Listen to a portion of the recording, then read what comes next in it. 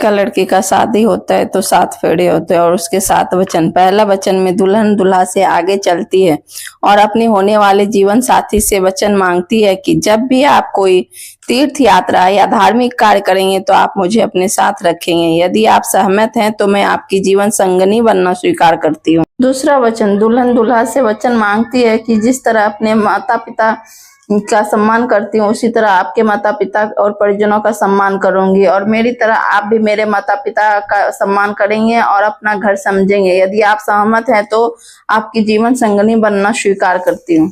तीसरा वचन, दुल्हन दूल्हा से मांगती है कि मैं जीवन में तीनों अवस्थाओं युवावस्था, प्रौढ़ावस्था और वृद्धावस्था में साथ निभाऊंगी। अगर आप भी मुझे ऐसा वचन देते हैं तो मैं आपकी जीवन संगनी बनना स्वीकार करती हूँ।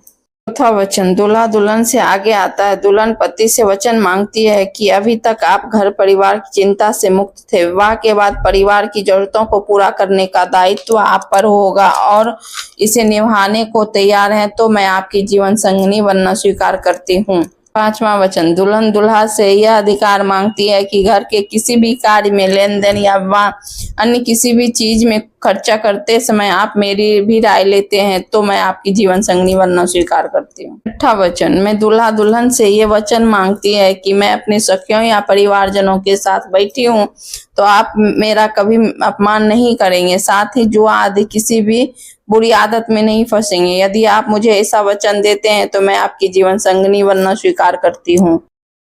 सातवां वचन, शादी के आखिरी फेरे में दुल्हन दूल्हा से कहती है कि आप पति पत्नी के आपसी प्रेम का भागीदार किसी अन्य को नहीं बनाएंगे और अन्य स्त्रियों को माता एवं बहनों को के दृष्टि से देखेंगे। यदि आप ये वचन देते हैं तो मैं आपकी जीवन संगनी बनना स्वीकार करती हूँ।